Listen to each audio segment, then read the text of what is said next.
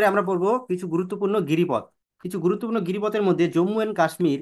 এই জম্মু অ্যান্ড কাশ্মীরে টোটালে 6টি গিরিপথ আছে। এই 6টি গিরিপথ কি কি আছে? Pir Panjal, Zojila pass, Burzila pass, Khardungla pass, Banihal pass এবং বারালাচা পাস।